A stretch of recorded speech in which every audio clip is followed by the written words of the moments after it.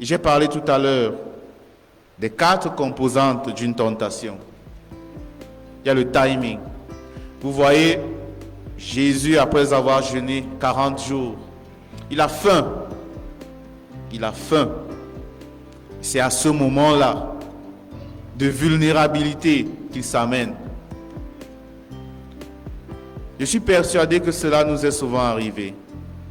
Lorsque nous avons perdu un être cher, lorsque nous avons vécu une situation douloureuse, lorsque nous sommes dans la confusion, dans le flou, que ce soit au travail, à la maison ou à l'école, nous sommes vulnérables.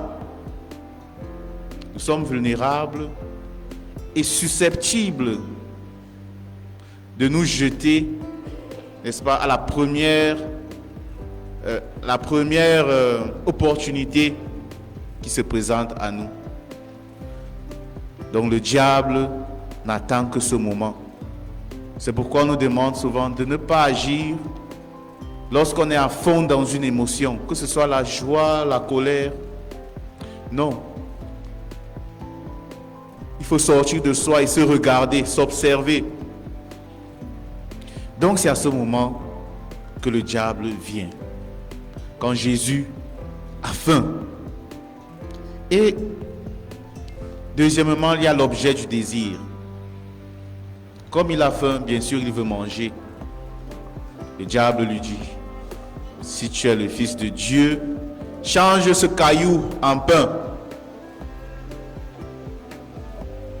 Donc, quand nous sommes vulnérables, il met devant nous une situation qui, déjà, ne va pas nous aider. Une situation qui peut être mauvaise, négative.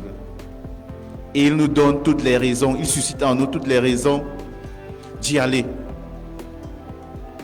Voilà comment le diable nous jette les peaux de banane. J'ai aussi parlé de l'accessibilité. Justement, c'est ce que je viens de dire. Il nous montre ce qu'on peut faire pour justement soulager nos souffrances. Le raccourci. Et enfin, il y a la persistance. Il ne s'arrête pas. Il a un plan B, un plan C, un plan D. Il sait que si on résiste à la première tentation, il peut y avoir une autre. Donc le démon ne dort pas.